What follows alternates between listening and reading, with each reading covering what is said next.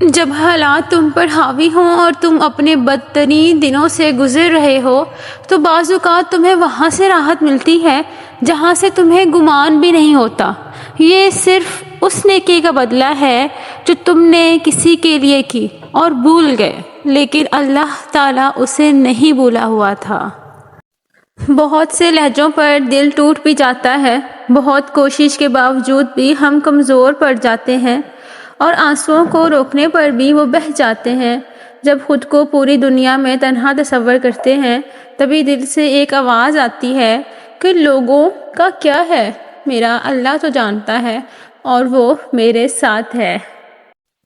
اللہ نے جب وعدہ کیا ہے کہ ہر مشکل کے بعد آسانی ہے تو پھر ڈر کس بات کا؟ مقدر کے فیصلوں سے تو وہ لوگ ڈرتے ہیں جن کا اللہ پر یقین نہیں ہوتا۔